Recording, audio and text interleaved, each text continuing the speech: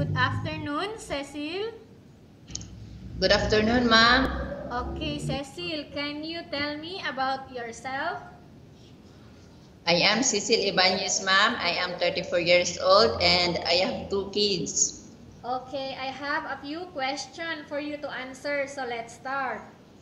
Yes, ma'am. Why do you want to work as a maid? I want to work as a maid because I feel like at home. Why you choose Malaysia when there is a lot of other country?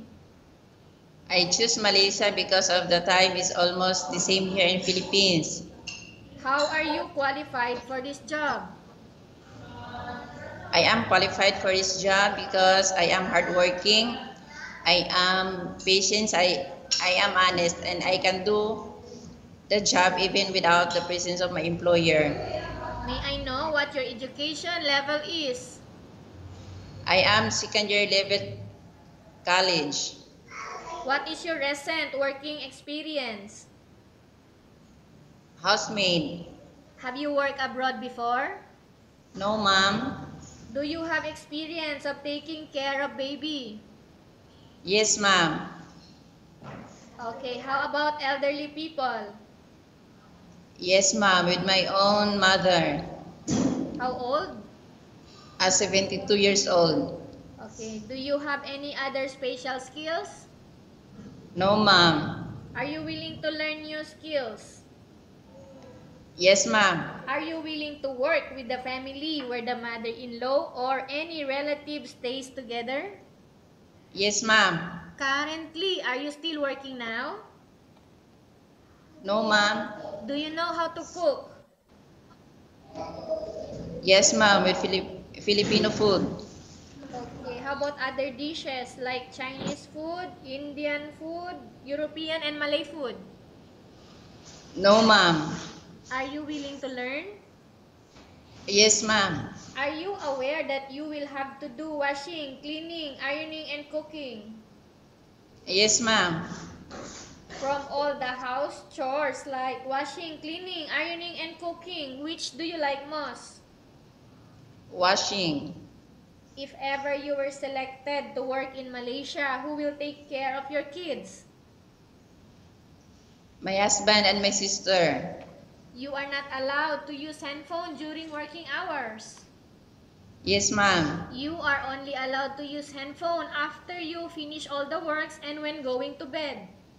Yes, ma'am. You are strictly needed to surrender the handphone to your employer in the morning and your employer will return back to you once you're going to bed.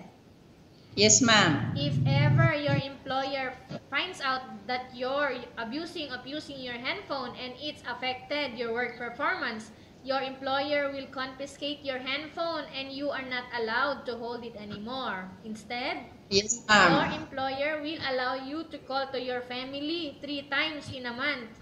You only allowed to bring normal phone and you are not allowed to bring smartphone. Are you agreed for the terms and conditions? Yes, ma'am. Are you agreed to the rules and regulation for the handphone? Yes, ma'am. How many years is the contract as you agreed and understands? 2 years. Can you describe for me your ethics, your attitude? I am hardworking and I am honest and I am patient also, ma'am. Okay, how can you assure to us that you will work hard in Malaysia?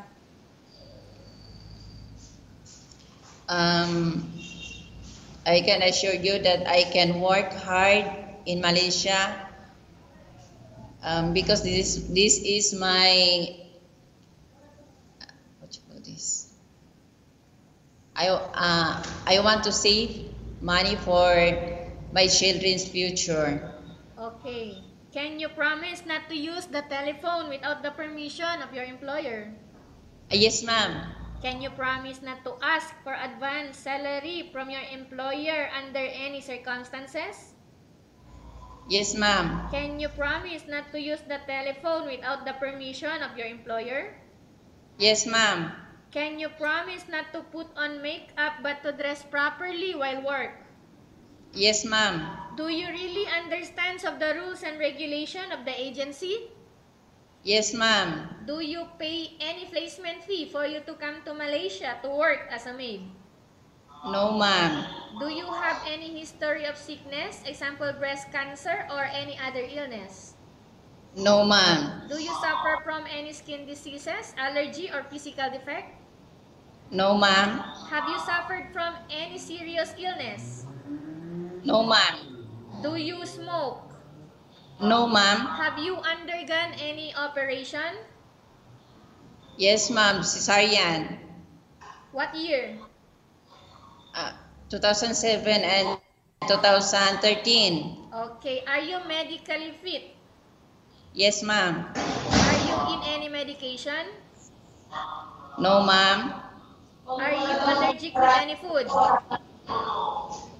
Excuse me, ma'am. Are you allergic with any food? No, ma'am. Are you preferred to work for the employer of any race? Yes, ma'am. Are you prepared to eat the type of food taken by your employer? Yes, ma'am. Are you afraid of being left alone in the house? No, ma'am. Are you afraid of dogs or other pets? No, ma'am. Can you promise to work according to instruction from your employer? Yes, ma'am. Do you have any immediate family working in Malaysia? No, ma'am. Okay, Cecil, we have finished our question section. Let's go to case study. I have a case study for you and I want you to answer me truthfully, okay? Yes, ma'am. Upon arrival in Malaysia within 6 months, if ever any of your family members passed away, what will you do?